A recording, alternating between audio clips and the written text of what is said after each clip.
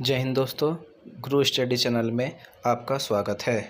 ये मौलिक अधिकार की क्लास 4 है। आज इसमें हम अनुच्छेद 19-30 पर चर्चा करेंगे। अनुच्छेद 29 और 30 का संबंध शिक्षा संस्कृति संबंधी अधिकार से संबंधित है।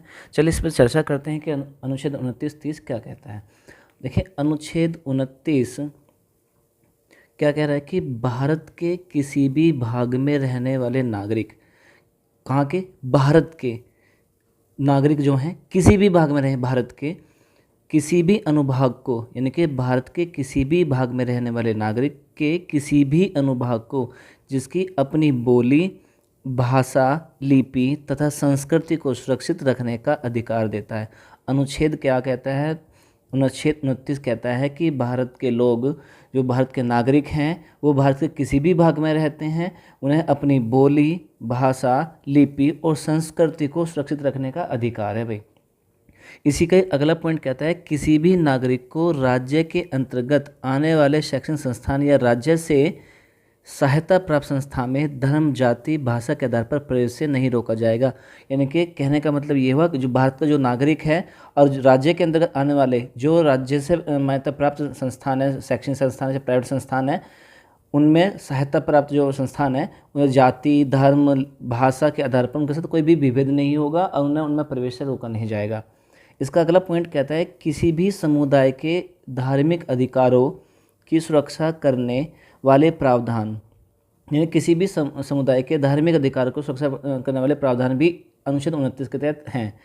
नागरिकों के व्यक्तिगत अधिकारों की गारंटी के प्रावधान, यानी कि जो व्यक्तिगत अधिकार हैं नागरिक के, उनकी भी गारंटी अनुच्छेद 29 लेता है, चाहे वह किसी भी समुदाय का हो। किसी भी, यानी कि समुदाय का मतलब यहाँ ऐसे ऐसे धर्मों से, जो धर्म है उनका अपने ग्रुप बने हुए हैं, उनसे हैं ये अगला पॉइंट कहता है कि यह धार्मिक और भाषाई दोनों अल्पसंख्यकों को सुरक्षा प्रदान करता है।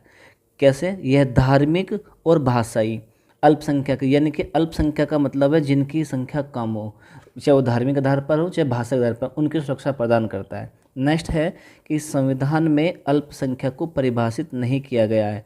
यानी कि हम अगर अपने संविधान की बात करें तो संविधान में अल्पसंख्यक को परिभाषित नहीं, अल्पसंख्यक के बारे में नहीं बताया कौन होगा अल्पसंख्यक, इसको परिभाषित नहीं किया गया, इसकी डेफिनेशन नहीं दी गई है। अनुच्छेद 30 क्या कहता है कि शैक्षणिक संस्थाओं की स्थापना और प्रशासन करने का अल्पसंख्यकों का अधिकार, ये अनुच्छेद 30 में आता है कि शैक्षणिक संस्थाओं की स्थापना और प्रशासन करने का अल्पसंख्यकों का अधिकार है। वे भी कहीं भी अपने शैक्षणिक संस्थान की स्थापना कर सकते हैं और प्रशासन में भी जा सकते हैं, वे उनका ये अधिकार है। जैसे कि इसमें कहा है कि सभी अल्पसंख्यकों को अपनी रुचि के शैक्षणिक संस्थानों और स्थापित और उनके प्रशासन का अधिकार होगा।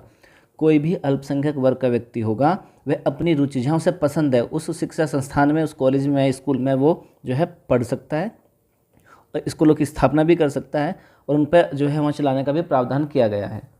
नेक्स्ट है कि किसी अल्पसंख्यक वर्ग द्वारा स्थापित और प्रशासित शिक्षा संस्था की संपत्ति के अनिवार्य अर्जन के लिए उपबंध करने वाली विधि बनाते समय राज्य सुनिश्चित करेगा कि ऐसी संपत्ति के अर्जन के लिए विधि द्वारा नियत या उनके अधीन निर्धारित धनराशि इतनी हो कि उसे खंड के अधीन प्रत्यभूत अधिकार निर्धारित निराकृत न की जाए।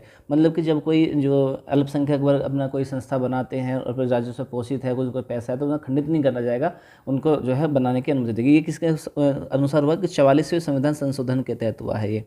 तो सहायता देने में राज्य अल्पसंख्यक वर्गों द्वारा प्रबाधित किसी भी शैक्षणिक संस्था के साथ भेदभाव नहीं करेगा।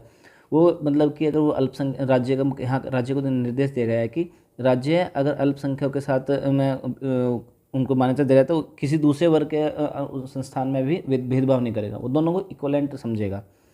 नेक्स्ट आती है कि अनुच्छेद 30 और क्या कह रहा है कि अनुच्छेद 30 के तहत सुरक्षा की गारंटी केवल अल्पसंख्यक, धार्मिक एवं भाषाई तक ही सीमित है। अगर अनुच्छेद 30 की हम बात करते हैं तो उसने कहा कि अनुच्छेद सुरक्षा भी दे रहा है, किसको? अल्पसंख्यकों को सुरक्षा दे रहा है, लेकिन किस आधार पर? धार्मिक और भाषाई आधार पर जो सुरक्षा प्रदान कर, इसके अलावा नहीं दे कर रहा है। कि मान लिया उसने कहा किसी ने कोई अपराध कर दिया है, उसमें भाई हम तो अल्पसंख्यक में आते हैं, हमने अपराध हो गया, हमें माफ़ कर, नहीं, केवल धार्मिक और भाषाई आधार पर उन पर जो है उन्हें सुरक्षा प्रदान करेगा।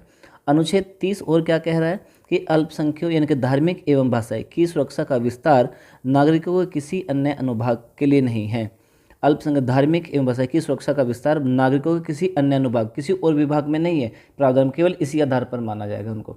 आशा करता हूँ आपको ये वीडियो पसंद आई होगी।